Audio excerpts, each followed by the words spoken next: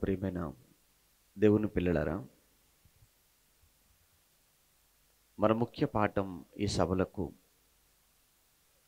ప్రకటన గ్రంథంలోని 7 దీపస్తంభములు 7 నక్షత్రములను గూర్చిన మర్మము అని. మొదటి భాగాన్ని మనం మాట్లాడుకున్నాం. ప్రకటన గ్రంథం, ఈ ప్రకటన గ్రంథాన్ని గురించినటువంటి పరిచయం లేదా నేపథ్యం. బైబిల్లోని 66 పుస్తకాలు పరిశుద్ధాత్మ ప్రేరణతో రాయబడ్డాయి. అందులో ప్రకటన గ్రంథము అనేది ఒక ప్రత్యేకమైన శైలిలో ఉండటం ఈరోజు క్రైస్తవ సమాజానికి అర్థం కాకపోవటానికి ఒక ప్రధానమైన కారణంగా నిలిచిపోయింది. అయినా ఈ ప్రకటన గ్రంథాన్ని అర్థం చేసుకోవటానికి చాలామంది ప్రయత్నం చేసి అర్థం చేసుకోవటంలో విఫలమయ్యారు ఎక్కువ మంది. మీరు ఎలా చెప్పగలరు అని ఒకవేళ మీరు అడిగితే, వారు మాట్లాడినటువంటి మాటలు కావచ్చు, వారు చేసిన రచనలు కానివ్వండి లేదా పుస్తకాలు కానీ చదివినప్పుడు కొన్ని వేల కామెంటరీస్, వ్యాఖ్యానాలు ఈ ప్రకటన గ్రంథం మీద చేసి ప్రకటన గ్రంథం పట్ల చదువుతున్న వారికి లేదా చదవాలనుకున్న వారికి ఒక విసుగు లేదా ఒక విరక్తి రావటానికి కారణమయ్యాయని చెప్పాలి. కానీ రాత్రి మీకు చెప్పినట్లుగా ఏ పుస్తకాన్ని మనం చదువుకోవాలన్నా ముందు ఆ పుస్తకానికి సంబంధించిన బ్యాక్గ్రౌండ్ మనకు తెలియాలి. ఆ నేపథ్యం మనకు తెలియకుండా పుస్తకాన్ని మనం టచ్ చేయకూడదు. ఆ పుస్తక నేపథ్యాన్ని తెలుసుకోకుండా డైరెక్ట్గా నేను ఆ గ్రంథాన్ని నేను చదవగలను, అర్థం చేసుకోగలను, 10 మందికి చెప్పగలను అని అనుకుంటే అపార్థమవుతుంది తప్ప అర్థం కాదు. దాని వలన ఒక అబద్ధాన్ని, ఒక అసత్యాన్ని సమాజంలోకి తీసుకెళ్ళి అనేక మంది మనసులను చెరిచి దేవునిలో ఉన్నాము అని అనుకుంటూనే దేవుడికి నచ్చని, దేవుడు మెచ్చని అసహ్యమైన కార్యములు చేసే పరిస్థితికి వారిని తీసుకుని వెళ్ళడానికి కారణమవుతారు. అందుకే తప్పనిసరి ప్రతి పుస్తకాన్ని మనం చదువుతున్నప్పుడు ఆ పుస్తకానికి సంబంధించినటువంటి బ్యాక్గ్రౌండ్ అన్న నేపథ్యం ఏంటి, ఎవరు రాశారు, ఎవరికి రాశారు, ఎప్పుడు రాశారు, ఉద్దేశం ఏంటి, ముఖ్యమైన ఉద్దేశం ఏంటి, అసలు ఈ పుస్తకం యొక్క సారాంశం ఏంటి అసలు అన్నది మనం ముందుగా తెలుసుకోకుండా నేను మాట్లాడేస్తాను అని అంటే, ఒకవేళ సరిగా మాట్లాడకపోతే, మాట్లాడింది సరైంది కాకపోతే, అప్పటికి ఆ బోధ అనేక మంది మనస్సులలోనికి వెళ్ళిపోయి ఉంటే, అనేక మంది దానిని నమ్మి ఉంటే ఎవరు వాచ్యులు వారి ఆత్మలకు? అందుకే తప్పనిసరిగా ప్రతి పుస్తకాన్ని, దానికి సంబంధించినటువంటి నేపథ్యం మనం తెలుసుకొని ఉండాలి. ఈ ప్రకటన గ్రంథాన్ని కూడా ఈరోజు చాలామంది అపార్థం చేయటానికి ప్రధానమైన కారణం దీని బ్యాక్గ్రౌండ్ లేదా దీని నేపథ్యం అనేది వారు తెలుసుకోకపోవటమే. రైట్. ఇంకొక విషయాన్ని కూడా మీరు ఎప్పుడు మనసులో పెట్టుకోవాలి. వాక్యాన్ని బోధించేవాళ్ళు తల నెరిసిన వారా, లేదా వాక్యాన్ని బోధించేవారు 70 సంవత్సరాలకు పైగా అంటే వృద్ధుల, వాక్యం బోధించేవారు యవనస్తులా, ఇది మనం చూడాల్సిన పని లేదు.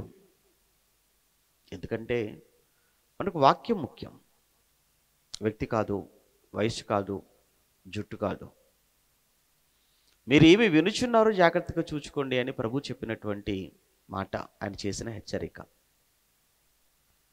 మనకు మాట ముఖ్యం తప్ప మనిషి కాదు. అందుకే దయచేసి మనిషిని బట్టి మాటను మీరు వినకూడదు. మనిషిని బట్టి మాటను వినే ఆ మనసున్నవాడు ఖచ్చితంగా మోసపోక తప్పదు. మోసపోతాడు.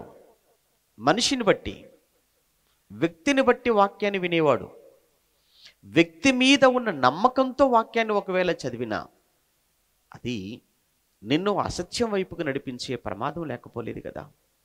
అందుకే దేవుడు చెప్పేవారి చేతిలోనూ వినే మనందరి చేతుల్లోనూ వాక్యాన్ని పెట్టింది ఎందుకోసం? వారు చెబుతుంది అలా ఉందో లేదో అని నువ్వు కూడా చూడాలి అని, ఆలోచించాలి అని, ప్రయాసపడాలి అని. మన ప్రయాసంతా ఆ పరలోకం కోసమే కదా. ఎందుకు? ఈ లోకం శాశ్వతం కాదని నమ్మిన వారం, ఈ జీవితం అశాశ్వతమైందని నమ్మిన వారం మనం. ఏదో ఒక రోజు ఈ లోకాన్ని విడిచిపెట్టి వెళ్ళాలి అన్న సత్యాన్ని బలంగా మనం నమ్ముకున్న వాళ్ళం.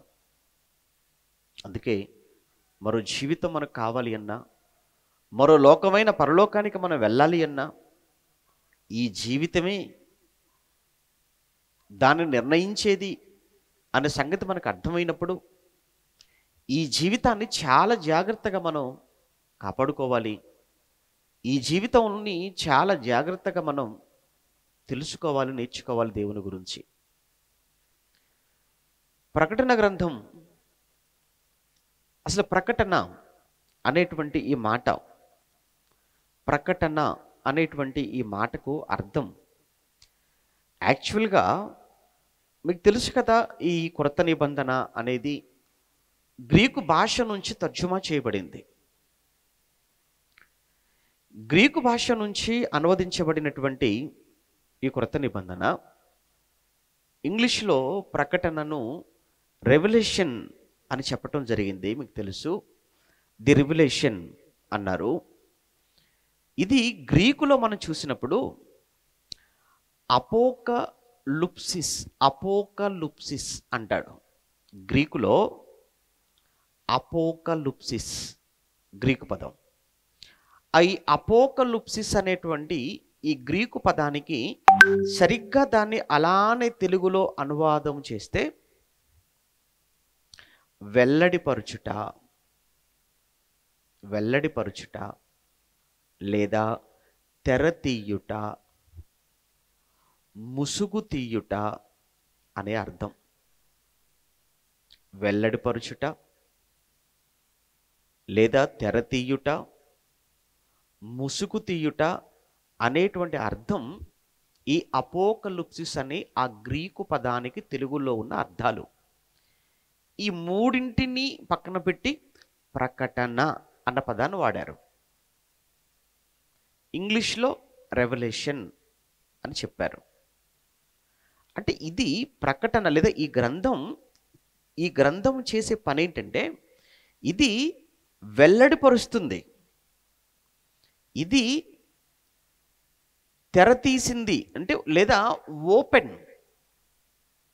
ఇంకా చెప్పాలి అని అంటే ముసుగు తీయట. అప్పటి వరకు ముసుగు వేయబడి ఉంది. మీరు చూడండి, ఏదైనా ఒక రాజకీయ నాయకుడు దేశభక్తుని యొక్క ఒక విగ్రహాన్ని ఊరి మధ్యలో నిలవబెట్టిన తర్వాత దానిని ఓపెన్ చేయటానికి ఒక ప్రముఖ వ్యక్తి రావాలి. ఆ వ్యక్తి వచ్చినంత వరకు దానికి ఏం చేసి పెడతారు? దానికి ముసుగు వేసి ఉంచుతారు. దానికి ఒక తేదీ నిర్ణయిస్తారు. ఆ రోజు వచ్చినప్పుడు ఆ నాయకుడు లేదా ఆ వ్యక్తి వచ్చి ప్రజలందరి సమక్షంలో ముసుగు తీస్తాడు. అంటే అప్పటి వరకు ఆ విగ్రహం ముసుగు వేయబడి ఉంది. ఆ వ్యక్తి వచ్చాడు, ముసుగు తీశాడు. ఇది మీకు అర్థమైతే ప్రకటన గ్రంథము అనేటప్పటికీ ఓపెన్. ఇక ఇందులో మర్మము అన్నదానికి అవకాశం లేదు. చాలామంది ప్రకటన గ్రంథం అనగానే ఏవో మర్మాలు అనేటువంటి ఒక భావన చాలామందిలో ఉంటుంది. మరికొంతమంది బోధలకు కూడా పెట్టుకునే పేరేంటంటే మర్మబోధ అంటారు. ఇక మరికొంతమంది బోధకులను కూడా ఏమని పిలుస్తారో తెలుసా? మర్మబోధకుడు అని కూడా పిలుస్తుంటారు. ఎందుకు? మర్మబోధలు చేస్తాడు అంటే, మర్మబోధలు అని అంటే మాయబోధలు అని అర్థం. అంటే అబద్ధ బోధలని, బైబిల్లో లేని బోధలని, బైబిల్ చెప్పని సంగతులని. మర్మం ఏమీ లేదు. ఎందుకు? వెల్లడిపరిచేశాడు అన్నాడు కదా. ప్రకటన అంటేనే వెల్లడిపరచటం. ప్రకటన అంటేనే ముసుగు తీయుట. ప్రకటన అంటేనే తెర తీయటం. ఇంక తెర తీసేసిన తర్వాత ఇంకా మర్మం ఎక్కడిది? వెల్లడిపరిచిన తర్వాత ఇంకా సీక్రెట్ రహస్యం ఎక్కడుంది? ఇంకా కనుక రహస్యం అనేవేమీ లేదు. ఇది మీకు తెలియాలి ఫస్ట్. ఇక రెండో విషయం ఏంటంటే, ఈ ప్రకటన గ్రంథం మనకు అర్థం కావాలి అని అంటే, ఈ ప్రకటన గ్రంథంలో చాలా పదాలు, ప్రకటన గ్రంథంలో ఉపయోగించినటువంటి పదాలు కొన్ని వందల పదాలు, సుమారు ఒక 400 నుంచి ఒక 500 వరకు పదాలు అనుకుంటే, అంటే ఆ పాత్రలు కావచ్చు, జంతువులు కావచ్చు, పక్షులు కావచ్చు, అలా అన్నమాట. ఆ విధమైనటువంటి పదాలు సుమారుగా ఒక 400 నుంచి 500 వరకు ఉపయోగిస్తే, అందులో ఎక్కువ పదాలు పాత నిబంధనలో ఉన్నవే ఉపయోగిస్తారు. పాత నిబంధనలో ఉన్నటువంటి పదాలే ఎక్కువగా ఉపయోగిస్తారు. ఉదాహరణకు పాత నిబంధనలో ప్రత్యక్ష గుడారం మనకు తెలుసు. ఆ ప్రత్యక్ష గుడారం అనగానే ముందు ఆవరణం ఉంటుంది. ఆవరణం అనేటువంటి మాట మనం ప్రకటన గ్రంథంలో చదువుకుంటాం. ఆలోచించాలి. 2, ఆవరణాన్ని దాటి లోపలికి మనం వెళ్ళేటప్పటికీ బలిపీఠం అనేది అక్కడ కనబడుతుంది. బలిపీఠం అనే మాట ప్రకటన గ్రంథంలో పదే పదే చూస్తుంటాం. ఇప్పుడు ఈ బలిపీఠం ఏంటి అని కన్ఫ్యూజ్ అవుతారు. ఎప్పుడు కన్ఫ్యూజ్ అవుతారు? పాత నిబంధనలో ఒక గుడారం ఏమంటారు, యెరూషలేము మందిరం లేదా ప్రత్యక్ష గుడారం అనేది ఒకటి ఉందని, ఆ ప్రత్యక్షపు గుడారానికి ఆవరణం అనేది ఒకటి ఉందని, ఆవరణ లోపలికి వెళ్ళేటప్పటికి బలిపీఠం అనేది ఒకటి ఉంటుందని తెలియదు అనుకోండి, ఇక్కడ బలిపీఠం అంటే అర్థం కాదు మనకు. ఓకే. ఆ తర్వాత ప్రక్కన బలిపీఠం ప్రక్కన ఒక గంగాళం కనబడుతుంది మనకు. అక్కడి నుంచి ఒక తెర కనబడుతుంది. ఆ తెర లోపలికి వెళ్ళేటప్పటికీ అది పరిశుద్ధ స్థలంగా ఉంటుంది. ఆ పరిశుద్ధ స్థలంలోనే ఏముంటాయి? సముఖపు రొట్టె బల్ల ఉంటుంది. ఆ తర్వాత దీపస్తంభాలు ఉంటాయి, దీపవృక్షం. ఆ తర్వాత లోపలికి మనం వెళ్ళేటప్పటికీ మరొక తెర కనబడుతుంది. ఆ తెర లోపల దాన్ని మనం అతి పరిశుద్ధ స్థలంగా మనం చూస్తాము ప్రత్యక్ష గుడారంలో. అక్కడ ఒక మందసం ఉంటుంది. ఆ మందసం పైన కెరూబులు ఉంటాయి. ఆ లోపల వచ్చేటప్పటికి అహరోను చేతికర్ర, పలకలు ఇవి ఉంటాయి. ఇదంతా కూడా ఏంటంటే ప్రత్యక్షపు గుడారములో ఉపయోగించినటువంటి ఇవన్నీ చూడండి. ఏమని పాత్రలు ఇవన్నీ మరలా మనకు ప్రకటన గ్రంథంలో కనబడుతుంటాయి. దానియేలు గ్రంథంలో చెప్పినటువంటి ఏమంటారు, దానియేలు గ్రంథంలో దానియేలు గారికి దర్శనంలో కనిపించినటువంటి ఒక చిరుతుపులు కావచ్చు, ఒక ఎలుగుబంటి కానివ్వండి, అక్కడ కనబడుతుంటారా దానియేలు గారికి దర్శనంలో? అవన్నీ మరలా మనకి ఇందులో కనబడుతుంటాయి ప్రకటన గ్రంథంలో. అంటే మీకు ఎందుకు చెబుతున్నాను అనంటే, ఈ ప్రకటన గ్రంథం అర్థం కావాలి, అర్థం చేసుకోవాలి అని అంటే తప్పనిసరిగా పాత నిబంధన పైన అవగాహన ఉంటే చాలా సులువుగా మనం అర్థం చేసుకోవడానికి బాగుంటుంది, అర్థమవుతుంది. ఇంకొక విషయం, ప్రకటన గ్రంథంలో ఉన్న అనేకమైన పదాలు ఇందులో కనబడతాయి, కానీ పాత నిబంధనకు సంబంధించినటువంటి ఒక్క మాట అంటే ఒక రెఫరెన్స్ అనేది కూడా మనకు ఈ ప్రకటన గ్రంథంలో కనబడదు. ఇది విచిత్రం. అంటే ఏంటి అక్కడ చెప్పబడినటువంటి ఏదైనా ఒక మాటను డైరెక్ట్గా మనం ప్రకటన గ్రంథంలో మనం చదువుకోలేము. మత్తయి సువార్తలు చదువుకుంటాం, మార్కులు చదువుకుంటాం, లూకాలు చదువుకుంటాం, యోహాన్లు చదువుకుంటాం, పౌలు గారు పత్రికల్లో రాస్తూ ఉంటాడు. కానీ ఇక్కడికి వచ్చేటప్పటికి ప్రకటన గ్రంథంలో డైరెక్ట్గా ఎక్కడ కూడా కోట్ చేసి మాట్లాడ్డనమాట. కానీ పాత నిబంధనలో ఉపయోగించినటువంటి అనేకమైనటువంటి మాటలు, పదాలు తిరిగి మనకు ప్రకటన గ్రంథంలో కనబడతాయి. ఇది మీకు తెలియాలి ముందు. ఇక తర్వాత ఎవరు రాశారో రచయిత కూడా మనకు చాలా అవసరం అని రాత్రి మీకు చెప్పాను. ఎందుకు? రచయితను బట్టి కూడా విషయం అనేది మనం అర్థం చేసుకోవటానికి చాలా తేలికవుతుంది అని. అందుకే చెప్పాను కదా, ఒక మాట అన్నప్పుడు ఈ మాట ఎవరన్నారు అన్నదాన్ని బట్టి మనం అర్థం చేసుకుంటాం. పిల్లలు అన్నారు అనుకో, పిల్లలు కదండి, రాత్రి మనం మాట్లాడుకున్నాం కదా. పెద్దలు అన్నారు అనుకోండి, అదే మాట ఎందుకు అలా అన్నారు, అలా అనకూడదు కదా, అలా ఎలా మాట్లాడతారు అని మాట్లాడతాం మనం. మాట ఒకటి, కానీ ఆ అన్నది పిల్లల పెద్దల అన్న దాని మీద ఆ మాట గురించి మనం ఆలోచించే విధానం మారిపోతుంది. అలానే ఒక రచయిత ఎవరో అన్నది మనకు తెలిసినప్పుడు ఆ పుస్తకం మీద రచయిత యొక్క ప్రభావం కూడా ఉంటుంది. అందుకే తప్పనిసరిగా రచయిత ఎవరో తెలుసుకోవటం అవసరం అని చెప్పాను. ఇక మూడో విషయంగా లేదా మరొక విషయంగా మాట్లాడితే, ఇది రచించబడినటువంటి కాలం కూడా మనకు తెలియాలి. ఆ టైం, ఆ పీరియడ్, ఏ సంవత్సరం, ఖచ్చితంగా సంవత్సరము, నెల, రోజు అనేది కాకపోయినా సుమారు అటు ఇటు అయినా 1, 2, 3 సంవత్సరాలు, 4 సంవత్సరాలు అటు ఇటు అయినా అసలు ఏ కాలానికి సంబంధించింది, ఏ కాలంలో రాయబడింది. మీకు చెప్పాను, కొద్దిమంది వచ్చేసేమో నీరో చక్రవర్తి కాలము అన్నారు, ఎక్కువ మంది వచ్చేసి డొమిషియన్ కాలం అన్నారు. నీరో చక్రవర్తి కాలము అంటే 54 క్రీస్తు శకం 54 నుంచి 68 నీరో పరిపాలించింది. నీరో ఎవరు? ఈ ప్రపంచాన్ని పరిపాలించిన 4 అతిపెద్ద సామ్రాజ్యాలలో 4వది, ఆఖరిది రోమా సామ్రాజ్యం. ఆ రోమా సామ్రాజ్యాన్ని పరిపాలించిన చక్రవర్తులలో ఒకడు నీరో. క్లాడియస్ తర్వాత వస్తాడు, క్లౌదియ చక్రవర్తి తర్వాత. ఆ నీరో పరిపాలించిన కాలం 54 నుండి 68 క్రీస్తు శకం. ఈ నీరో కాలములోనే అపోస్తలుడైన పౌలు గారు చంపబడతాడు. అపోస్తలుడైన పౌలు గారిని ఈ నీరో చక్రవర్తే చంపించాడు అనేది చరిత్రలో ఉన్నటువంటి విషయం, బైబిల్లో కాదు, చరిత్ర చెప్పిన సత్యం. అది పౌలు గారు సహజంగా చనిపోయాడా, చంపబడ్డాడా అంటే, పౌలు గారు చంపబడ్డాడు అని చెప్పడానికే మనకు బైబిల్లో కూడా ఎవిడెన్సెస్ కనబడతాయి.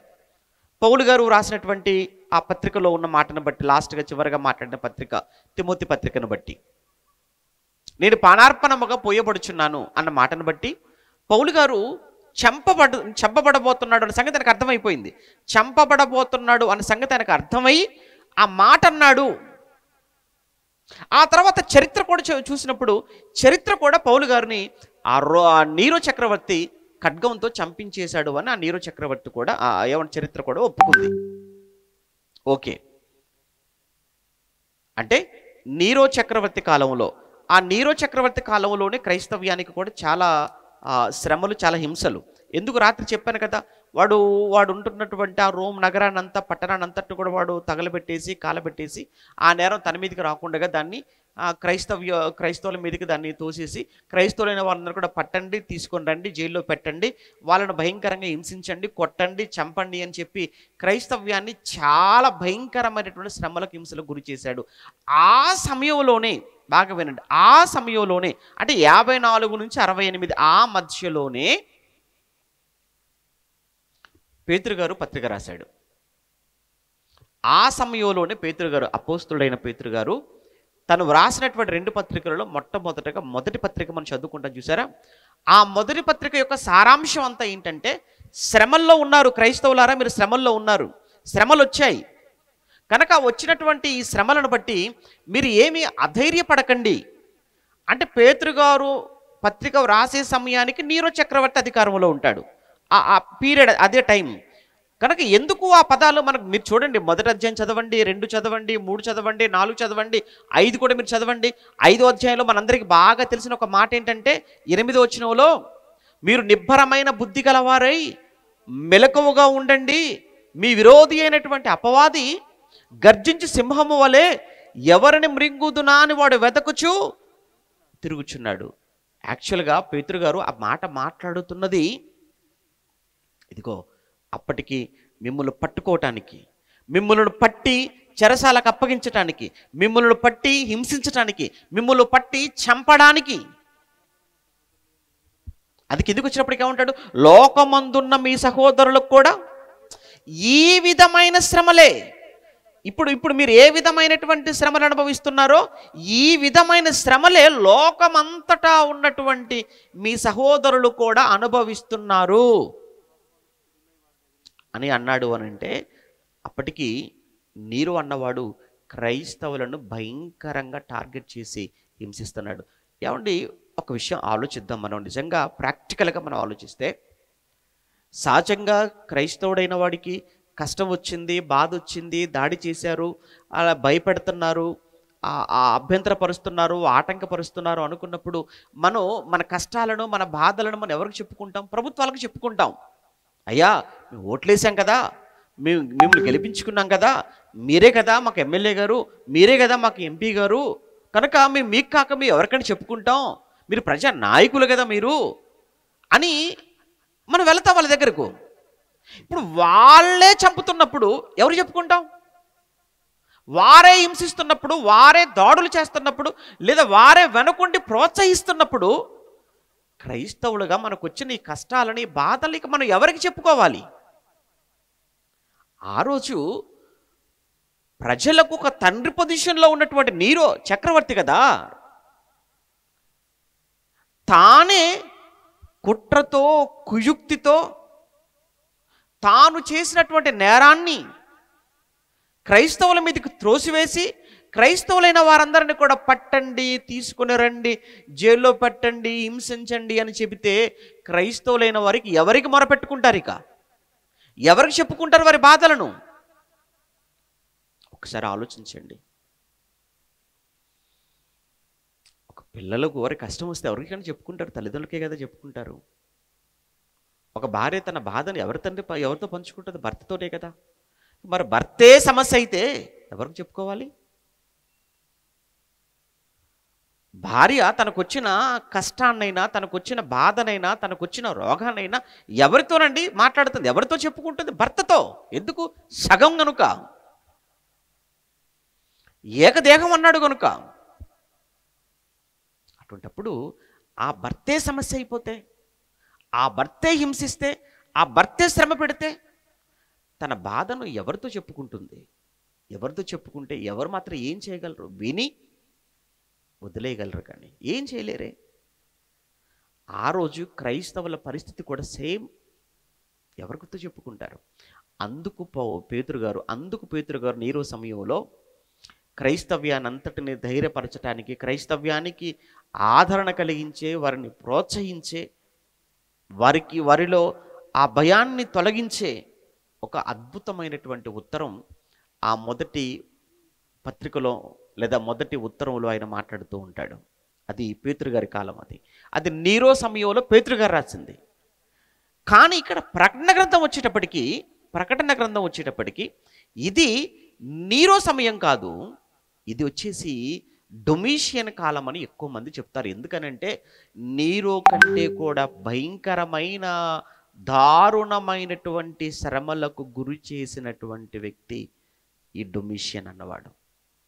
ప్రకటన గ్రంథాన్ని చదువుతున్నప్పుడు తెలుస్తుంది వాళ్ళు ఏ విధమైన శ్రమల్లో ఉన్నారో, ఏ విధమైన కష్టాల్లో ఉన్నారో, ఆ రోజు వాళ్ళు ఎలా హింసించబడ్డారో అనే విషయం మనకు ప్రకటన గ్రంథం చదివితే కానీ మనకు అర్థం కాదు.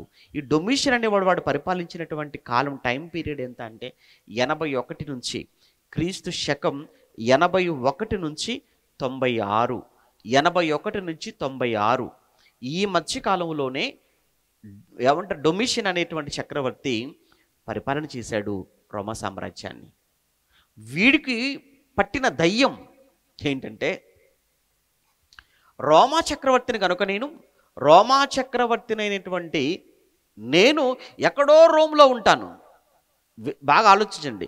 నేను రోమా చక్రవర్తిగా నేను ఎక్కడుంటాను? రోమ్ పట్టణంలో ఉంటాను. కానీ ప్రపంచం అంతా నన్ను జ్ఞాపకం చేసుకోవాలి.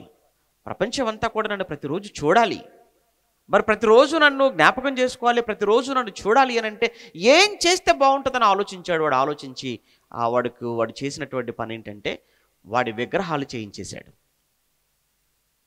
డొమిషియన్ వాడి విగ్రహాలు చేయించేసి ప్రపంచవ్యాప్తంగా ప్రధానమైనటువంటి అన్ని పట్టణాలలో వాడి విగ్రహాలు నిలవబెట్టాడు.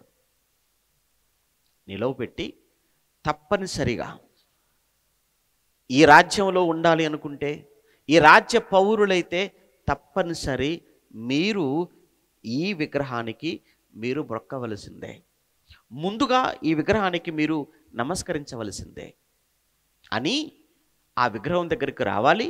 వచ్చిన వాళ్ళు ధూపం వేయాలి, దండం పెట్టాలి, సాష్టాంగపడాలి. ఆ తర్వాతనే మీరు మీ దేవుళ్ళు, మీ దేవత, మీ ఇష్టం. ఇది ఈ డొమిషన్ వచ్చేటప్పటికీ రోమా ప్రపంచమంతటా కూడా విగ్రహారాధన ఎక్కువైపోయింది. అదే సమయంలో వీడికి సంబంధించినటువంటి విగ్రహాలను విపరీతంగా పెట్టించేసి ఖచ్చితంగా అందరూ కూడా ఈ చక్రవర్తి యొక్క విగ్రహానికి నమస్కారం చేయాలి అంటున్నారు. మరి అది క్రైస్తవ్యానికి వ్యతిరేకం కదా, క్రైస్తవులు చెయ్యరు కదా అలా. అప్పుడు వీళ్ళు రాజద్రోహులు, వీళ్ళు దేశద్రోహులు. ఎందుకు? రాజుగారికి సాష్టాంగ పట్టడం లేదు, రాజుగారికి ధూపం వేయటం లేదు. కనుక రాజద్రోహులైన దేశద్రోహులైన ఈ క్రైస్తవులు భూమి మీద ఉండకూడదు. వీళ్ళ నాశనమే మన పంతం అన్నట్లుగా ఆ రోజు రోమా సామ్రాజ్యం మాట్లాడింది. రోమా సామ్రాజ్యం అలానే క్రైస్తవుల పట్ల ప్రవర్తించింది అన్నది చరిత్ర కాదు.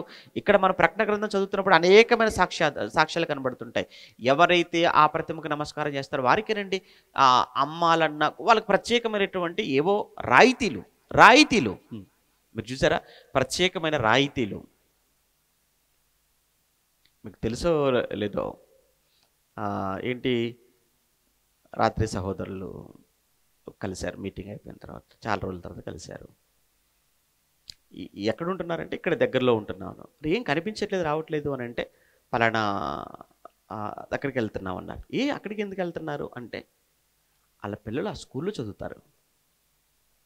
వాళ్ళ పిల్లలు ఆ స్కూల్లో చదువుతున్నప్పుడు ఆ స్కూల్లో ఉన్న వాళ్ళు వాళ్ళ చర్చికి వస్తే కొన్ని రాయితీలు ఇస్తారు, ఫీజు కన్సెషన్స్ ఉంటాయి. రాలేదనుకోండి మొత్తం ఫీజు కట్టాలి, లేకపోతే ఉండదన్నమాట రాయితీలు. అప్పుడు ఏం చేయాలి? తల ఒగ్గాలి, తప్పదు. ఆ రోజు మీరు అమ్మాలన్నా కొనాలన్నా క్రయ విక్రయములు చేయుటకు, అట్లా చూసారు ప్రకటన గ్రంథంలో, క్రయ విక్రయములు చేయుటకు వారికి మాత్రమే అధికారము. ఎవరికి అధికారము? ఎవరైతే రాజు యొక్క ప్రతిమకు, ఎవరైతే రాజు నిలువబెట్టిన రాజు యొక్క ప్రతిమకు నమస్కారం చేస్తారో, ఎవరైతే రాజు యొక్క ప్రతిమకు సాష్టాంగ పడతారో వారికి మాత్రమే వ్యాపారం చేసుకోవటం, వారికి మాత్రమే అమ్మటం, వారికి మాత్రమే కొనేటువంటి రైట్స్ వాళ్ళకే ఉంటాయి, మిగతా వాళ్ళకు ఉండవు. అంటే ఎంత వాళ్ళని హింస పెడుతున్నట్టు. అమ్మడానికి లేదు, కొనడానికి లేదు అని అంటే ఏమైపోవాలి చెప్పండి క్రైస్తవులు? మొన్న మధ్యలో మీరు కూడా మన దేశంలో కూడా ఒక వీడియో బాగా వైరల్ చేశారు. ఎక్కడో బహుశది మరి ఛత్తీస్గఢ్ ఎక్కడో తెలీదు. కొంతమంది ఒక విశ్వాసంలో, ఒక మతంలో ఉన్న వారందరూ కూడా బయటకు వచ్చేసి వాళ్ళంతా ప్రతిజ్ఞ చేస్తున్నారు. ఏమని వాళ్ళు ప్రతిజ్ఞ చేస్తున్నారు తెలుసా? ఈ రోజు నుంచి మేము ఏది కొన్నా కానీ మన మతం వాళ్ళ దగ్గర కొంటాము. ఛత్తీస్గఢ్లోనే చూడండి. అంటే ఇక మన మతం కాని వాళ్ళ దగ్గర మనం ఏది కొనం, ఏది మనం వారికి అమ్మం అని అందరిని, వ్యాపారస్తులందరినీ రోడ్డు మీద తీసుకొచ్చేసి ప్రతిజ్ఞ చేయించారండి వాళ్ళతో. అది వైరల్ అయిపోయింది వీడియో. ఏంటి దారుణం, ఏమిటి ఘోరం? మరలా మొదటి శతాబ్దపు పరిస్థితులు రాబోతున్నాయా ఈ దేశంలో? ఒకవేళ వస్తే నిలబడగలరా? ఎంతవరకు నిలబడగలరు? ఎంతమంది నిలబడగలరు? నాకు తెలిసి అంత రాలిపోయే వాళ్ళే కనపడుతున్నారు.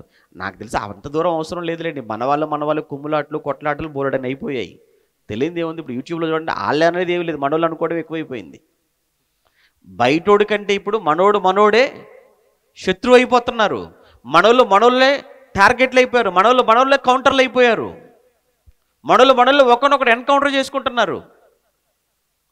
బయట వాళ్ళ దాకా అవసరం లేదు. అంతర్యుద్ధాలు, అంత కలహాలు, అంత కుమ్ములాటలు క్రైస్తవ్యాన్ని రోడ్డును పడేసి, క్రైస్తవ్యాన్ని ముక్కలు చేసేసి, క్రైస్తవ్యాన్ని నిర్వీర్యం చేయటానికి సాతాను వాడు చాలా తెలివిగా సంఘాలలోనికి వాడు ప్రవేశించాడు. కానీ ఆ రోజు మొదటి శతాబ్దం క్రైస్తవ్యం ఎలాంటి భయంకరమైనటువంటి పరిస్థితులను, ఎలాంటి భయంకరమైన శ్రమలను వారు ఎదుర్కొన్నారో మనం ఈ ప్రకటన గ్రంథం చదువుతున్నప్పుడు మనకు అర్థమవుతుంది. అందులో ముఖ్యంగా చెప్పాను కదా, ఈ డొమిషన్ అనేవాడు వచ్చేటప్పటికి వాడు నిలవపెట్టి, ఒకప్పుడు ఇదే పరిస్థితి మనకు దానియేలు గ్రంథంలో మనం చదువుకుంటాం. చూసారా, దానియేలు గ్రంథం మనం చదివినప్పుడు సేమ్ అదే కదండి. దానియేలు గ్రంథంలో కూడా వాడు నెబుకద్నెజర్ అనేవాడు అధికారంలో ఉన్న సమయంలో ఒక పెద్ద ప్రతిమ ఒకటి చేయించేసి అందరూ కూడా తప్పనిసరిగా ఆ ప్రతిమకు నమస్కారం చేయాలి. చేయకపోతే అదిగో మండుతున్న అగ్నిగుండం, అందులో పడేస్తాను. ఒక సమయం వస్తుంది, ఆ సమయంలో వాయిద్యాలు మీకు శబ్దాలు వినపడతాయి. ఆ శబ్దం వినినప్పుడు అందరూ సాష్టాంగపడిపోవాలి. లేదంటే రాజద్రోహం, రాజాజ్ఞను తిరస్కరించినట్లు, లేదంటే మీరు దేశ ద్రోహులైనట్లు అనగానే అందరూ సాష్టాంగపడిపోతున్నారు. కానీ అందులో ఒక ముగ్గురు యవనస్తులట్టే. ఎవరు వారు? షడ్రకు, మెషకు, అబేద్నెగో. వారు మాత్రం అందరూ మంచి అందరూ అండి ఇలా ఉంగిపోతారు. వీళ్ళు మాత్రం అలా నిలబడిపోయి ఉంటారు. రాజు చూస్తుంటాడు. ఏయ్, మీకు వినిపించలేదా? కనిపించలేదా? అందరూ కూడా అక్కడ సాష్టాంగపడ్డారు. బ్రతకాలని లేదా? ప్రాణాల మీద ఆశలు లేవా?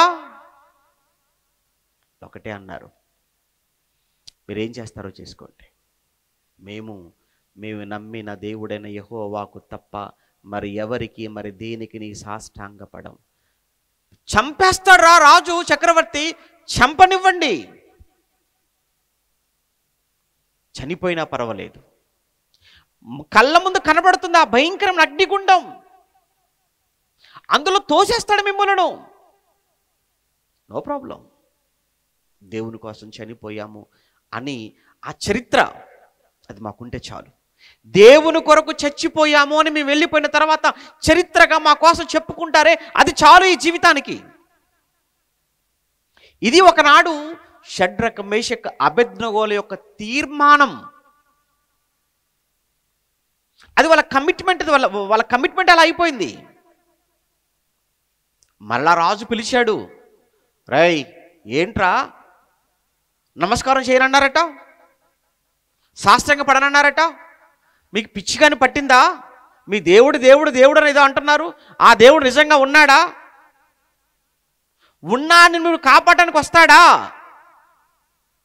అన్నప్పుడు వాళ్ళు ఒకటే అన్నారు, అయ్యా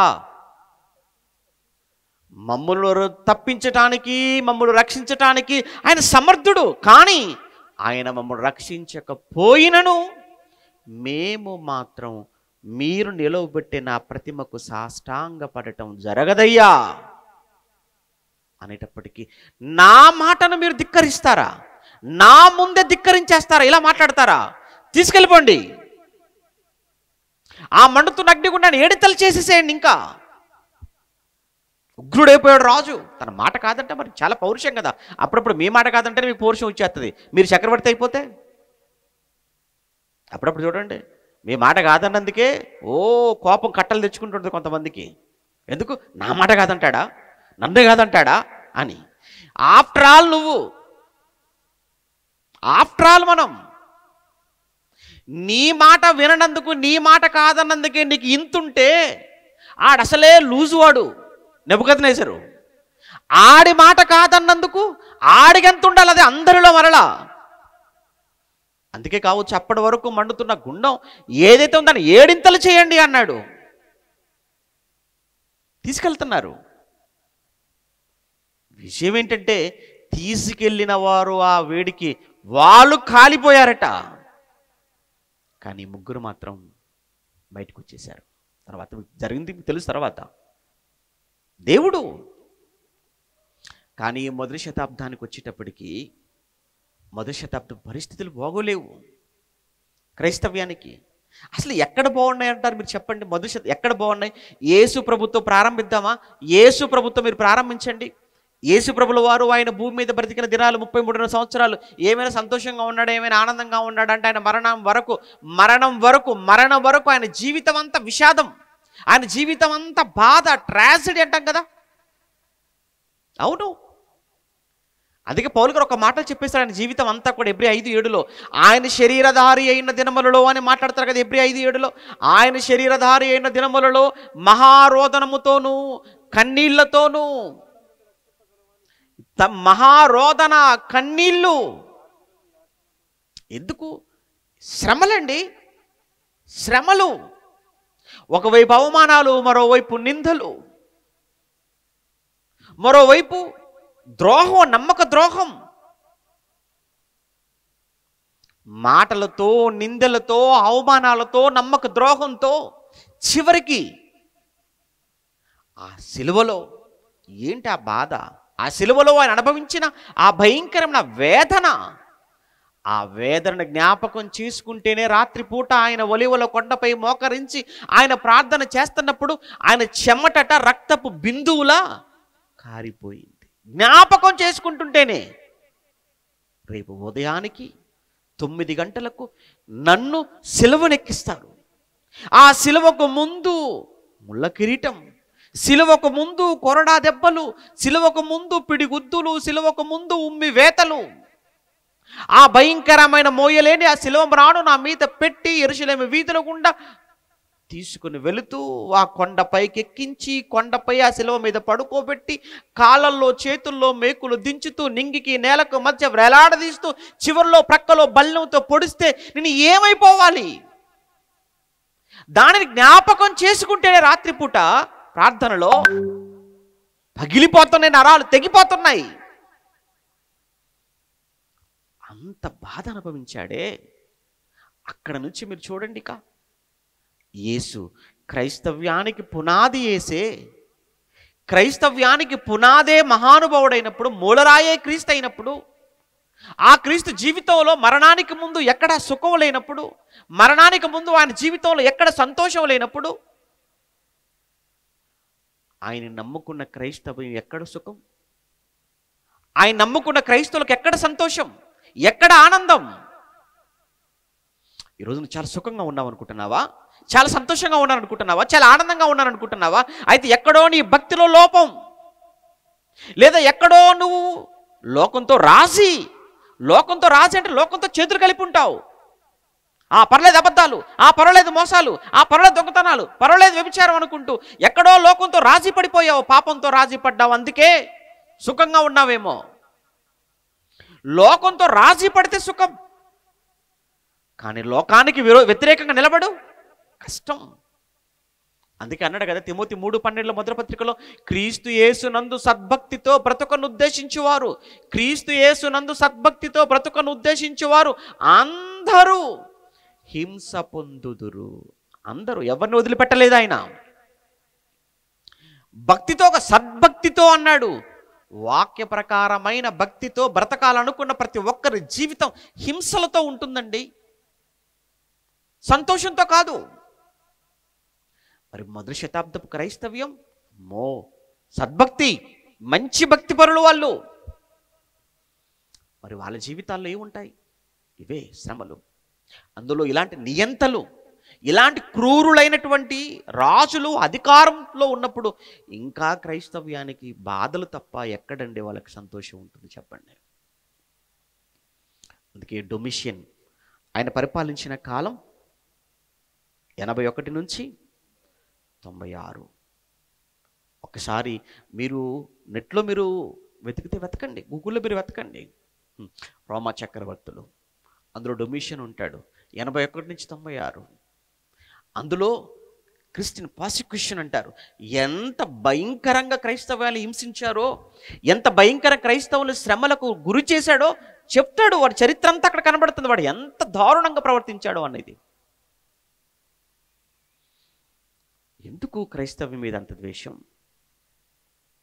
అయితే ఈ ప్రకటన గ్రంథంలో, ఈ ప్రకటన గ్రంథం యొక్క ఉద్దేశం, ఎందుకంటే మీకు ఉద్దేశం, ముఖ్య ఉద్దేశం మీకు అర్థమైతే, ఉద్దేశం ఏంటి, ముఖ్య ఉద్దేశం ఏంటి మీకు అర్థమైపోతే ప్రకటన గ్రంథం తేలికైపోతుంది చదువుకోవటం. అంత చెప్పడానికి కాదు కదా, మీకు ఆ ముఖ్యమైనటువంటి సంగతిని లేదా కీ పాయింట్స్ మీకు చెప్పగలిగితే, అది మీకు అర్థం చేయించగలిగితే, ఆ తర్వాత మీరు చదువుకున్నప్పుడు చాలా తేలికగానే ఉంటుంది.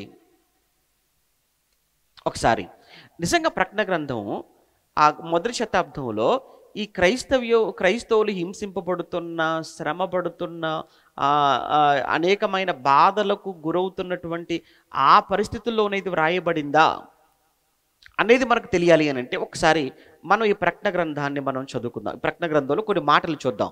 ప్రకటన గ్రంథంలో కొన్ని మాటలను, ముఖ్యంగా కొన్ని మాటలను ఏవి, ఒకసారి 8వ 7వ అధ్యాయము, ముందు 2వ అధ్యాయం చదువుకుందాం. 2వ అధ్యాయం ప్రకటన గ్రంథం 2వ అధ్యాయం 13వ వచనం. ప్రకటన గ్రంథం 2వ అధ్యాయం 13వ వచనాన్ని ముందుగా చూద్దాం. ప్రకటన గ్రంథం 2వ అధ్యాయం 13వ వచనం. ఇదిగో పెర్గము సంఘముతో మాట్లాడుతున్నాడు కదా ఇది. అవును, పెర్గము సంఘంతో మాట్లాడుతున్నాడు.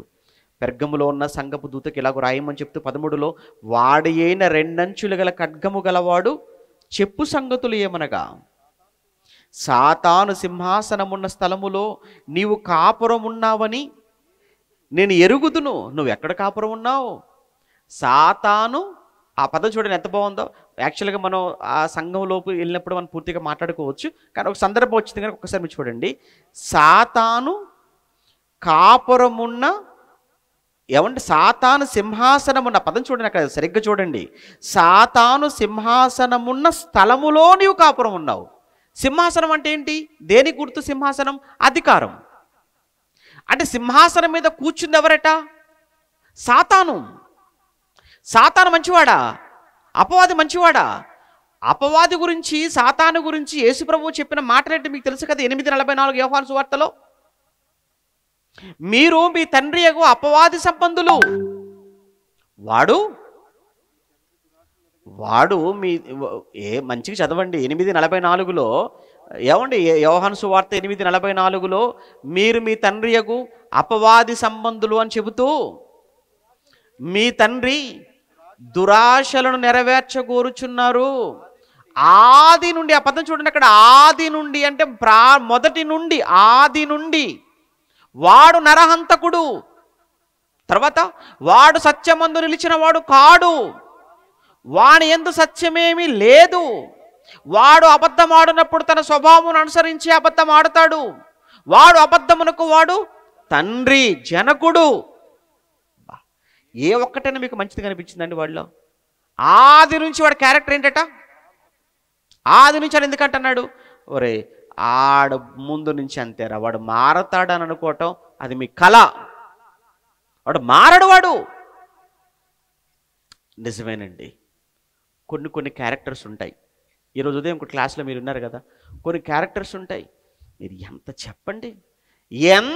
చెప్పండి మీరు, అవి మారుతాయి అని మీరు అనుకోవటం అది భ్రమ. మారవవి. మీరు ఎంత చెప్పండి.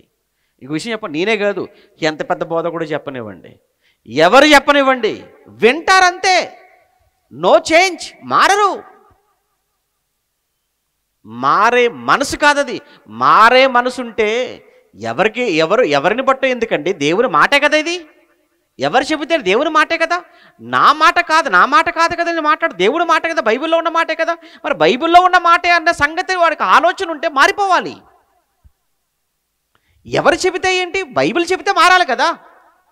వాక్యాన్ని బట్టి మారిపోవాలి కదా. నన్ను బట్టి మారకూడదు, ఇంకెవరిని బట్టో కాదు, వాక్యాన్ని బట్టి మారాలి. వాక్యాన్ని బట్టి సరి చేసుకోవాలి, వాక్యాన్ని బట్టి సరి చేయబడాలి, వాక్యాన్ని బట్టి కట్టుకోవాలి, వాక్యం మీద నిలబడాలి, వాక్యాన్ని బేస్ చేసుకోవాలి. ఎవరైనా కానీ నన్ను బేస్ చేసుకోకూడదు. ఎవరినో మనం ఆధారం చేసుకొని నిలబడితే నేను పడిపోతా, మీరు పడిపోతారు. నీ విశ్వాసం అనేది యేసు మీద ఉండాలి తప్ప వ్యక్తుల మీదనా? ఎబ్రీ పత్రికలో చెప్పబడిన మాట మనకు తెలియదేం కాదు కదా. 12వ అధ్యాయంలో ఏమంటాడు? విశ్వాసమునకు కర్త, విశ్వాసమునకు కర్త దానిని కొనసాగించు వాడైన యేసు వైపు చూడు. ఎవరి వైపు ఎందుకు చూస్తున్నావు? ఎవరినో ఎందుకు ఆధారం చేసుకుంటున్నావు? యేసు వైపు చూడు, యేసు వైపు చూడు. ఆయన విశ్వాసమునకు కర్త అన్నాడు.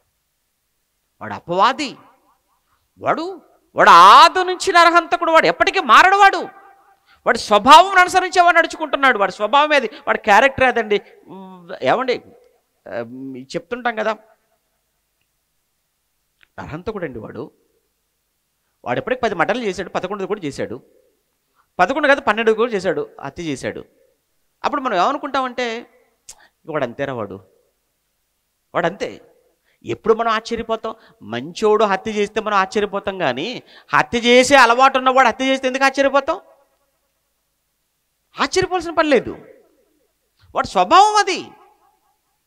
అలానే సాతాను అపవాది, వాడు సింహాసనం మీద కూర్చున్నాడంటే మీరు ఆలోచించండి. ఇప్పుడు వాడు ఎక్కడైతే సింహాసనం వేసుకొని కూర్చున్నాడో అక్కడ వీళ్ళు కాపురం ఉన్నారట. ఎవరు? సంఘం, క్రైస్తవులు. వాడు సింహాసనం మీద కూర్చున్నాడంటే, వాడి అధికారాన్ని చేత పట్టుకున్నాడంటే, వాడి అధికారము కిందున్న క్రైస్తవులకు మంచి జరుగుతుందా, మేలు జరుగుతుందా? మీరు ఒక్కసారి ఆలోచించండి. కొంతమంది ఉంటారు, ఏమండి ఈ పార్టీ రావద్దండి అంటారు. ఎందుకు? వాళ్ళు గెలవద్దండి అంటారు. ఎందుకు అంటే మీకు ఏదో మైండ్లో ఫిక్స్ అయిపోయారనమాట. వీళ్ళు వచ్చారంటే మనల్ని ప్రశాంతంగా ఉండనివ్వరు, వీళ్ళు వచ్చారంటే మనల్ని శ్రమ పెడతారు, వీళ్ళు వచ్చారంటే మనకు యాంటీగా ఉంటారు. ఫిక్స్ అయిపోయారు. అటువంటిది సాతానే ఆ పెర్గములో ఆ క్రీస్తు సంఘం ఉన్నటువంటి అక్కడ వాడు సింహాసనం వేసుకొని కూర్చున్నాడు అని అంటే ఇక క్రైస్తవులకు ఎలా ఉంటుందో చూడండి. ఇక ఇది మీకు అర్థమైతేనే ప్రకటన గ్రంథం మీకు అర్థమవుతుంది. ఇది మీకు అర్థమైతేనే ప్రకటన గ్రంథం మీకు అర్థమవుతుంది.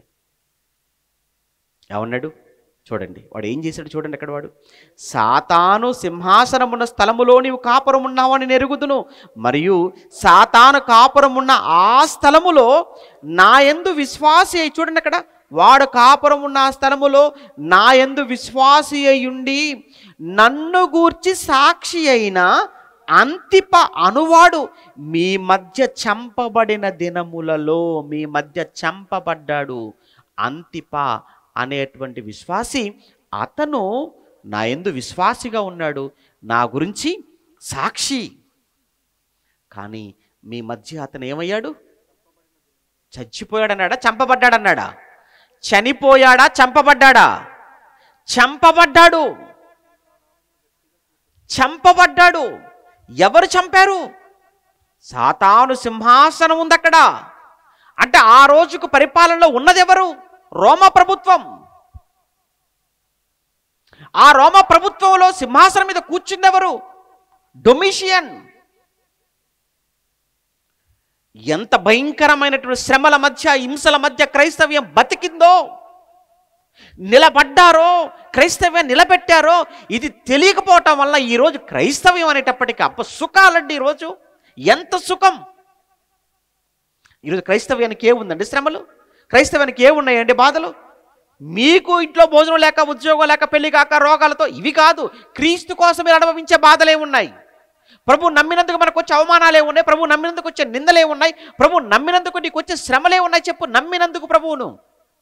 లేదా ప్రభు పనిలో నీకు వచ్చినటువంటి అవమానాలే ఉన్నాయి, ప్రభు పనిలో నువ్వు పడిన కష్టాలే ఉన్నాయి. నీకు వ్యక్తిగతంగానో, కుటుంబ పరంగానో, సమాజంలోనో ఇవి కాదు నీకు వచ్చినటువంటి ఈ కష్టాలు కాదు. దేవుని కోసం, ప్రభు కోసం, వాక్యం కోసం నువ్వు అనుభవించిన కష్టాలు, శ్రమలు ఏమైనా ఉన్నాయో ఒక్కసారి జ్ఞాపకం చేసుకో. కానీ ఆ రోజు మొదటి శతాబ్దంలో పెర్గములో లేదా ఆ సంఘములో ఆ రోజు క్రీస్తుని గూర్చి సాక్షిగా ఉన్న, క్రీస్తుని విశ్వసించిన అంతిప అనే అతన్ని బయటికి లాగి చంపేశారు. మరి అలాంటి చావులు, అలాంటి శ్రమలు, అలాంటి హింసలలో ఉన్న ఆ రోజున్నటువంటి క్రైస్తవ్యానికి ఏంటి ఆదరణ? ఎక్కడిది ఆదరణ? ఎక్కడి నుంచి వస్తుంది వారికి ఓదార్పు? వారు ఎవరు ఓదార్చాలి? వాళ్ళను ఎవరు ఆదరించాలి ఆ రోజు క్రైస్తవ్యాన్ని? ఎందుకు? ప్రభుత్వమే ఉక్కు పాదముతో అణిచివేయటానికి క్రైస్తవ్యాన్ని కూకటి వేలతో పెకిలించాలని, క్రైస్తవ్యం అనేది నామరూపాలు లేకుండా చేయటానికి రోమా ప్రభుత్వం కంకణం కట్టుకొని, పన్ని కట్టుకొని క్రైస్తవ్యాన్ని లేకుండా చేయటానికి ఇంత ప్రయత్నం చేస్తుంటే క్రైస్తవ్యాన్ని ఎవరు కాపాడతారు? ఏది క్రైస్తవాన్ని దిక్కేంటి? క్రైస్తవాన్ని ఎవరు ఓదార్చాలి? ఎవరు ఆదరించాలి? దేవుడు తప్ప ఇంకెవరు లేరు. దేవుడు తప్ప ఇంకెవరు ఏమి దారులు కనిపించట్లేదు. అప్పుడప్పుడు మనం కూడా అంటాం కదండి, ఇక నాకెవరు లేరండి, ఇంకా దేవుడేనండి. ఇక నాకెవరు లేరండి, ఇక దేవుడే దిక్కటి నాకు అని మనము కూడా అందరూ మనల్ని వదిలేసిన రోజున ఎవరు ఏమి చేయలేని నిస్సహాయ స్థితిలో తల పైకెత్తి, దేవుడా ఇక నువ్వు మాత్రమే నాకున్నావయ్యా, నువ్వే నన్ను ఆదరించాలి అని మనం ఎలా మన గోడు దేవుడికి చెప్పుకుంటామో, ఈ మొదటి శతాబ్దంలో క్రైస్తవ్యం కూడా ఆకాశం వైపు కన్నులెత్తుతుంది. ఇక దేవుడే రావాలి, దేవుడే చేయాలి. ఆ సిచ్యువేషన్లో రాయబడింది ప్రకటన గ్రంథం. ఇప్పుడు ఇదంతా మనసులో పెట్టుకొని ప్రకటన గ్రంథం చదివితే అర్థం కాదా? అర్థం అవుతుంది. రెండో రోజే కదా, ఇంకా 3 రోజులు ఉన్నాయి కదా, ఖచ్చితంగా అర్థమవుతుంది. ఇప్పటికే కొంత జాగ్రత్తగా వినే వాళ్ళకు, ఆలోచించే వాళ్ళకి ఇప్పటికే కొంత ఓపెన్ అవుతూ ఉంటుంది. చివరి రోజు వచ్చేసరికి అంతా ఓపెన్ అయిపోద్ది. ఇంకా కొంచెం చూద్దామా? ఇంకొక మాట చూద్దాం. ఏమండి, వీళ్ళు నిజంగా శ్రమల్లో ఉన్నారా? సమును శ్రమల్లో ఉన్నారు. ఎలాంటి శ్రమల్లో ఉన్నారో ఒకసారి 7వ అధ్యాయం 6వ అధ్యాయం చూద్దాం. 6వ అధ్యాయం ఒకసారి 6వ అధ్యాయాన్ని కూడా మనం చూడగలిగితే, 6వ అధ్యాయం 9వ వచనం అండి. 6వ అధ్యాయం 9వ వచనంలో, 6వ అధ్యాయము 9వ వచనాన్ని మనం చదువుతున్నప్పుడు, ఆయన 5వ ముద్రను విప్పినప్పుడు దేవుని వాక్యము నిమిత్తమును తాము ఇచ్చిన సాక్ష్యము నిమిత్తమును వధింపబడిన వారి ఆత్మలను అన్నట్టు చూడండి. అక్కడ చనిపోయిన వారి ఆత్మలను అంటం లేదు, అక్కడ వధింపబడిన వారి ఆత్మలు. అంటే వధింపబడటం అంటే ఏంటి? చంపబడటం.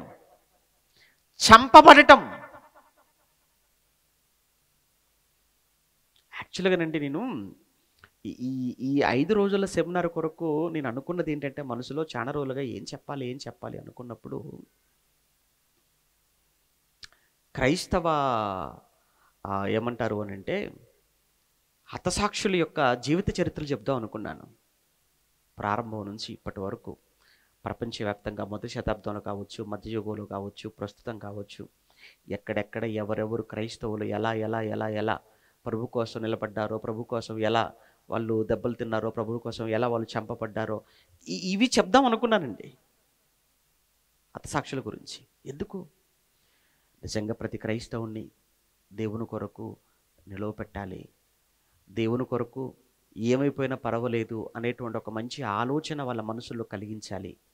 భవిష్యత్తులో దేవుని కొరకు వచ్చే ప్రతి విధమైన కష్టాన్ని, శ్రమను, బాధను, అవసరమైతే ప్రాణాన్ని సైతం లెక్క చేయని ఒక మొదటి శతాబ్దపు క్రైస్తవ్యాన్ని కొంతవరకైనా దేవుడు మనకు ఆయుష్నిచ్చినందుకు, ఊపిరినిచ్చినందుకు కొంతవరకైనా కానీ వాళ్ళు రేపగలిగితే, నిలబెట్టగలిగితే ధన్యమవుతుంది కదా జీవితం. ఎందుకంటే క్రైస్తవ్యం చూస్తుంటే ఎవడో కాదు, క్రైస్తవ్యమే తనంతట తానుగానే ముక్కలైపోయే ఒక బలహీన స్థితిలోనికి దిగజారిపోతుంది రోజు రోజుకి. మరి చూడండి, చెప్పాను కదా ముందుగా, బయట ఎవడో కాదండి, మన వాళ్ళను దాడి చేసుకునే పరిస్థితికి వచ్చేసింది సంఘాలలో. అందుకే ఒక్కసారి మరలా ఆ సంగతులన్నీ గుర్తు చేసి, అవన్నీ జ్ఞాపకం చేసి, ప్రభు కోసం రోషం కలిగిన వారుగా నిలవ పెడితే బాగుంటుందని అనుకున్నాను. కానీ మళ్ళీ సడన్గా ఎందుకో ప్రకటన గ్రంథం వైపుకి వెళ్ళింది. అలానే ప్రకటన గ్రంథం వైపుకు వెళ్ళినా, ప్రకటన గ్రంథంలో కూడా ఈ విషయాలు ఉంటాయి కాబట్టి అక్కడక్కడ మనలో ఇవి కూడా మనం మాట్లాడుకోవడానికి కూడా బాగుంటుంది. అని సడన్గా మారాలి. ఎందుకంటే అందులో ప్రకటన గ్రంథం అనేసరికి క్యూరియాసిటీ కూడా కొంచెం ఎక్కువగా ఉంటుంది కదా. అందుకే కావచ్చు మీరందరూ మొదటి రోజుకి అందరూ కూడా వచ్చి వాలిపోయారు ఇక్కడ. ప్రకటన గ్రంథం కాకపోతే ఇంకో మత్తయి సువార్త ఉన్నప్పుడు ఎవరు వస్తారు చెప్పండి? మీరు ఎవరు వస్తారా? మత్తయి సువార్తలో ఉన్న సంగతులు చెప్తామంటే, లూకా సువార్త సంగతులు చెప్తామంటే వస్తారా? రారు. మరి ఏ పేరు చెప్తే వస్తారు మీరు? ప్రకటన అంటేనే వస్తారు. అంటే ఇవి కూడా ఆలోచించాము. అందుకే మళ్ళీ సడన్గా అప్పటికప్పుడు నిర్ణయం మార్చేసుకొని ప్రకటన గ్రంథం అన్ని పెట్టేశాం. నిజంగా ఇక్కడ చదువుతున్నప్పుడు 9వ వచనంలో ఆయన ఐదవ ముద్రను విప్పినప్పుడు దేవుని వాక్యము నిమిత్తమును తాము ఇచ్చిన సాక్ష్యము నిమిత్తమును వధింపబడ్డ వారి ఆత్మల పదం చూడండి, వధింపబడుతున్నారు అన్నట్టు చూడండి. ఎంతమంది అయ్యా వధింపబడ్డారు? వందలు. ఏమండి నిజంగా ఎలా వధించబడ్డారో, ఎలా చంపబడ్డారో ఒక చిన్న క్లిప్పు ఒకటి చూద్దాం. ఏమంటే చూస్తే కొంచెం మీకు కూడా అర్థమవుతుందేమోనని. అది కొంచెం లెంతీగా ఉన్న త్వరగా దాన్ని చూపించే ప్రయత్నం చేయాలి. ఎలా అంటే రాళ్లతో కొట్టబడ్డారు. ఎలా చంపబడ్డారు? స్టెఫెన్ గారు ఎలా చంపబడ్డారండి? రాళ్లతో కొట్టబడి చంపబడ్డాడు.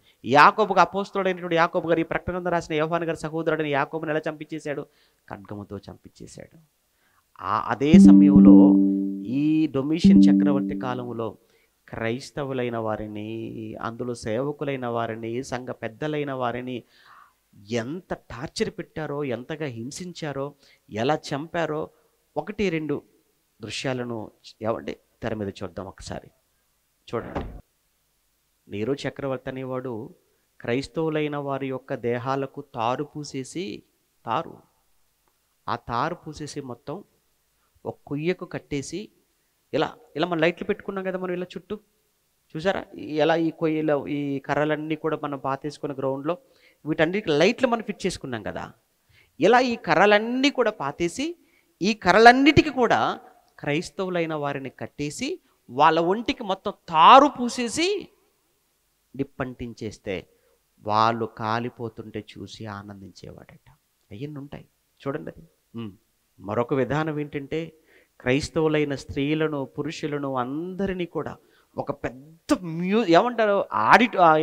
స్టేడియం, పెద్ద స్టేడియంలోనికి వేల మంది కూర్చొని చూసే క్రికెట్ స్టేడియాలు ఎలా ఉంటాయి మీకు తెలుసు కదా. క్రికెట్ ఆడే స్టేడియాలు, ఫుట్బాల్ స్టేడియాలు, అలాంటి స్టేడియంలోనికి క్రైస్తవులైనటువంటి స్త్రీ, పురుషులను, పిల్లలను అందరినీ కూడా తీసుకొచ్చి ఆ స్టేడియంలోకి వదిలేసి చుట్టూ మిగతా వారంతా కూడా స్టేడియంలో కూర్చొని, ఆ తర్వాత రాజు కూడా వచ్చి అక్కడ కూర్చుంటే వీళ్ళను చంపడానికి లేదా వీళ్ళను తినేయడానికి లోనున్నటువంటి ఆకలితో ఉన్నటువంటి సింహాలు, అంటే ముందు రోజు వీళ్ళను రేపు చంపుతారనగా ముందు 2 రోజుల నుంచి వాటికి ఆహారం పెట్టకుండగా, వాటికి ఆహారం బంద్ చేసి ఆహారం పెట్టకుండగా ఆకలితో ఉన్నటువంటి ఆ సింహాలను ఒక్కసారిగా వాటి బోన్లు వాటిని ఓపెన్ చేసి వాటిని వాటి మీదికి అలా వదిలిపెడితే అవి వచ్చేసి ఎలా తింటున్నాయో దాన్ని చూస్తూ వాళ్ళందరూ కూడా ఎంత ఆనందపడుతున్నారో, ఎంత సంతోషపడుతున్నారో చూడండి.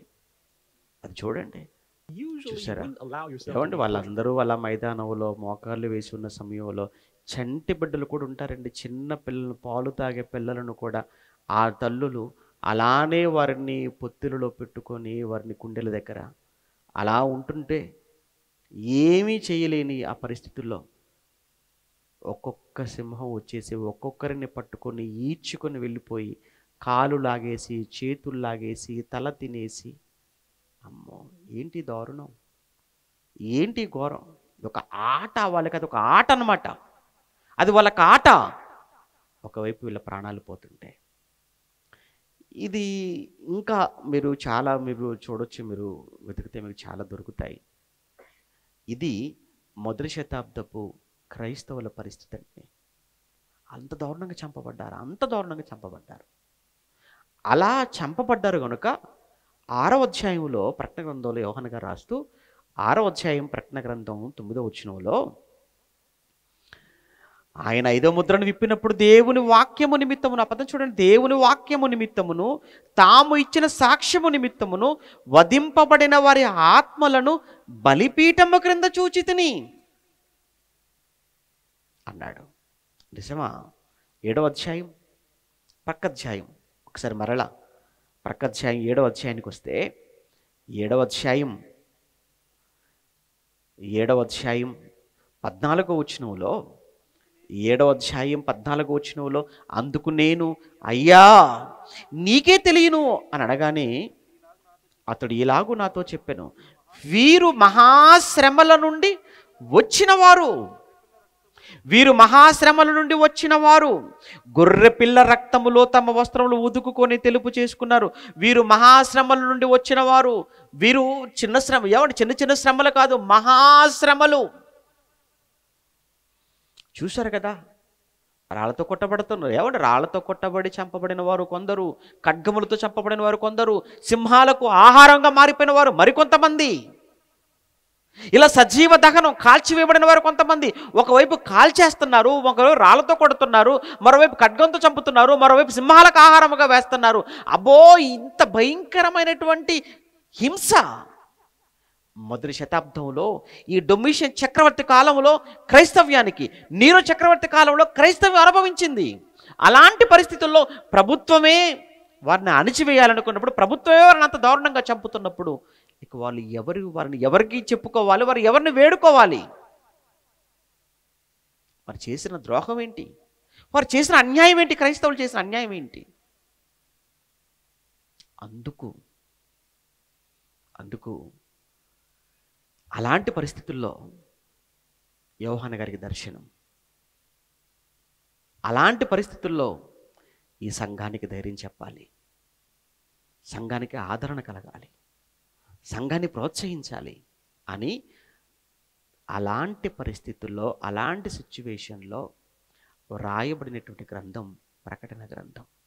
నిజంగా ఇలా శ్రమలు అనుభవిస్తున్న, మహాశ్రమల్లో ఉన్న క్రైస్తవ్యాన్ని ప్రోత్సహించడానికి, ఆదరించడానికి, వాళ్ళకి ధైర్యం చెప్పటానికేనా వ్రాయబడింది ఇది? ఇదేనా దీని ఉద్దేశం అని ఒకవేళ మరలా మీలో కొన్ని ప్రశ్నలు ఏమైనా ఉంటే, అవును అని చెప్పడానికి ఒకసారి బైబిల్లో ఉన్న కొన్ని ఆధారాలు మీకు చూపించి నేను ముగించేస్తాను. ఒకసారి ప్రకటన గ్రంథం చూద్దాం. మొదటి మాటగా ప్రకటన గ్రంథం 7వ అధ్యాయం, ప్రకటన గ్రంథం 7వ అధ్యాయం 17వ వచనం చూద్దాం. ఏలయనగా సింహాసన మధ్యమందుండు గొర్రెపిల్ల వారికి కాపరి అయి జీవజలముల బుగ్గల యొద్దకు వారిని నడిపించును. దేవుడే వారి కన్నుల నుండి ప్రతి బాష్ప బిందువును తుడిచివేయును. వారి కన్నుల్లో నుంచి కన్నీళ్లు రాలిపోతున్నాయి. ఎవరు తొడవాలి? ఎవరు వారిని ఓదార్చాలి? తొడవటం అంటే ఓదార్చడమే కదా. ఎవరైనా మరి ఓదార్చాలి వారిని? దేవుడే ఓదార్చాలి, దేవుడే వారి కన్నీళ్లు తొడవాలి. అందుకే రాస్తాను, రాయి, కంగారు పడద్దు. దేవుడే వారి కన్నీళ్ళ నుంచి కారుతున్న ప్రతి బాష్ప బిందువును తుడిచివేస్తాడు. అంటే కన్నీళ్ళు కార్చుతున్నారా? కన్నీళ్ళు పెట్టుకుంటున్నారా? కన్నీళ్ళు పెట్టుకుంటుంది క్రైస్తవ్యం. కన్నీరు పెట్టుకుంటున్న క్రైస్తవ్యం కన్నీళ్లతో, రోదనలతో, దుఃఖముతో చంపబడుతూ, హింసింపబడుతున్న భయంకరమైన పరిస్థితుల్లో క్రైస్తవ్యాన్ని ఆదరించటానికి, వారికి ధైర్యం చెప్పటానికి, వారిని ప్రోత్సహించటానికి, వారిని నిలబెట్టడానికి దేవుడు వ్రాయించిన గ్రంథం ప్రకటన గ్రంథం. అందుకే నేను మీకు చెప్పాను చూసారా, ప్రకటన గ్రంథం చదువుకోకపోతే ఏంటండి నష్టం? ప్రకటన గ్రంథం అర్థం చేసుకోకపోతే కలిగేటువంటి ప్రమాదం ఏంటండి అని అంటే, నీ కష్టాలు, నీ శ్రమలు, నీ బాధలలో నీకు ఆదరణ నువ్వు కోల్పోతావు. నిజంగా ఒకవేళ ప్రకటన గ్రంథం చదువుకున్నావు అనుకో, ఎంత కష్టాన్నైనా కానీ చాలా సులువుగా, ఎలాంటి శ్రమల్లోనే, ఎలాంటి పరిస్థితుల్లో అయినా కానీ దేవుని కొరకు నిలబడగలిగే ఒక ధైర్యం ఖచ్చితంగా నీలో నింపుతుంది ప్రకటన గ్రంథం, నీలో నింపుతుంది ఆ గ్రంథం. అందుకే ప్రకటన గ్రంథం తప్పనిసరిగా చదువుకోవాలి. ఎందుకు చదువుకోవాలి? అమ్మో, నాకు ఆదరణ కావాలి, నాకు ధైర్యం కావాలి, నాకు ఎంకరేజ్ కావాలి, నాకు ప్రోత్సాహం కావాలి క్రైస్తవుడిగా నిలబడటానికి నేను అంటే తప్పనిసరిగా చదువుకోవాల్సిన పుస్తకం ప్రకటన. అంతే. ఇంకో మాట చూస్తారా? 22వ అధ్యాయం అదే ప్రకటన గ్రంథం 21వ అధ్యాయం ఇదే మాట. ఇప్పుడు మీరు కన్నీళ్ళు కారుస్తున్నారు కదా, కొద్ది రోజులు ప్లీజ్ బాధపడకండి, ఎక్కువ రోజులు కాదు, కొద్ది రోజులు. 21:4 ఆయన వారి కన్నుల ప్రతి బాష్ప బిందువును తుడిచివేయును, మరణం ఇకను ఉండదు. ఓ చనిపోయారు అని మీరు బాధపడుతున్నారా? చనిపోయిన బాధపడుతున్నారా? ఒక్కసారి యేసు ప్రభువుని మీరు చూడండి. ఆయన కూడా మరణానికి ముందు ఎంతగా హింసించబడ్డాడు మీకు తెలుసు కదా, ఎంతగా శ్రమ పెట్టబడ్డాడు మీకు తెలుసు కదా. కానీ చనిపోయాడా? చనిపోయాడు. సమాధి చేయబడ్డాడా? సమాధి చేయబడ్డాడు. తిరిగి లేచాడా? లేచాడు. ఈరోజు ఎలా ఉన్నాడు ఆయన? భూపతులకు అధిపతి. మీరు అనుకుంటున్నారు డొమిషన్ ఆఫ్టర్ రాజు వాడు. డొమిషన్ అనేవాడు కేవలం ఒక ప్రాంతానికి రాజు, చక్రవర్తి ఏమో. కానీ యేసు ప్రభు ఈరోజు మీరు ఎవరి కోసం అయితే మీరు దెబ్బలు తింటున్నారో, ఎవరి కోసం అయితే మీరు హింసింపబడుతున్నారో, ఎవరి కోసం మీరు చనిపోతున్నారో, ఆయన ఎవరో తెలుసా? భూపతులకు అధిపతి. భూపతులకే కాదు, సర్వ సృష్టికి ఆయన ఏమైనాడో తెలుసా? రాజు. ఆయనకు ప్రజలు, అధికారులు లోపడతారేమో, కానీ యేసుకు సృష్టి అంతా కూడా తలదించుతుంది. అంత గొప్పవాడి దగ్గరికి మీరు వచ్చారు, అంత గొప్పవాడిని మీరు ఆరాధిస్తున్నారు, అంత గొప్పవాడి కోసం మీరు దెబ్బలు తింటున్నారు, బాధలు అనుభవిస్తున్నారు అని అంటే భాగ్యం. కంగారు పడకండి, మీ మీద మరణం ఇక ఉండదు. భౌతిక మరణమా? ఎలాగో వచ్చేది, కానీ దాని తర్వాత మరణం లేదు. మీ మీద మరణం అనేది లేదు, ఇక ఉండదు తర్వాత. అది చెప్తున్నాడు, ఇదిగో మరణం ఇకను ఉండదు, దుఃఖమైనను, ఏడ్పైనను, వేదన అయినను ఇక మీకు ఉండదు. ఆహా, ఎంత మంచి మాట కదా, ఎంత మంచి ఆదరణ కదా. అదే చెబుతున్నట్టు ఆయన. ఇంకా మాట చూస్తారా? మీరు ప్రార్థన చేస్తున్నారు కదా, మీ ప్రార్థనలు వింటున్నాను, మీ ప్రార్థనలు వినరని అనుకుంటున్నావా? 8వ అధ్యాయం ప్రకటన గ్రంథం 8వ అధ్యాయం 3లో, మరియు సువర్ణ ధూపార్తి చేత పట్టుకుని వేరొక దూత వచ్చి బలిపీఠం ఎదుట నిలువగా, సింహాసనం ఎదుట ఉన్న సువర్ణ బలిపీఠం పైన పరిశుద్ధులందరి ప్రార్థనలతో కలుపుటకై అతనికి బహు ధూపద్రవ్యములు ఇవ్వబడెను. అప్పుడు ఆ ధూపద్రవ్యముల పొగ పరిశుద్ధుల ప్రార్థనలతో కలిసి దూత చేతిలో నుండి పైకి లేచి దేవుని సన్నిధికి చేరెను. మీ ప్రార్థనలు వినడం లేదనుకుంటున్నారా? మీ ప్రార్థనలు మా దగ్గరకు వచ్చాయి, మీ ప్రార్థనలు వచ్చేసాయి, చేరిపోయాయి. ఈ ప్రార్థనలకు ఫలితం ఏంటో చెప్పనా? చెబుతాను. మరికొద్ది రోజుల్లో, ఎందుకు కాలము ఏమైందన్నాడు? సమీపం, త్వరలో సంభవింపనయ్యున్నవి. కాలము సమీపముగా ఉంది. ఏ ప్రభుత్వం అణిచివేయాలనుకుందో, ఏ ప్రభుత్వం మీ మీద కక్ష పెట్టుకుందో, ఏ ప్రభుత్వం మిమ్మల్ని లేకుండా చేయాలనుకుందో, ఏ ప్రభుత్వం మిమ్మల్ని హింసించాలనుకుందో, కొద్ది రోజులు వెయిట్ అండ్ సీ. కొద్ది రోజులు. ఎందుకు? మిమ్మల్ని హింసించటం, నన్ను హింసించటం. మీకు తెలుసండి, ఎప్పుడు చెప్తుంటాం, మీరు సంఘంలో ఎవరిని బాధ పెట్టకండి అని చెప్తుంటాం. మీ వలన సంఘంలో ఎవరు బాధపడకూడదు, మీ వలన సంఘంలో ఎవరు బాధపడకూడదు, మీ వలన సంఘంలో ఎవరు బాధపడకూడదు అనుకుంటే సేవకుడే బాధ పెడితే అమ్మో, అది ఇంకెంత పెద్ద తప్పండి. ఎందుకు విశ్వాసం బాధ పెట్టకూడదు అంటే, యేసుప్రభు ఏమన్నాడు తెలుసా? సౌలు, ఎవరని అడుగుతున్నావు కదా, ప్రభువా ఎవరు మీరు అన్నారు కదా, నీవు హింసించుచున్న యేసును, నీవు హింసించుచున్న యేసును అన్నాడు. అర్థం కాలేదు పౌలుకు. అదేంటి, నేను నిన్నెప్పుడయ్యా హింసించాను? నేను హింసించింది సంఘాన్ని కదా. మరి సంఘం అంటే ఏమనుకుంటున్నావయ్యా?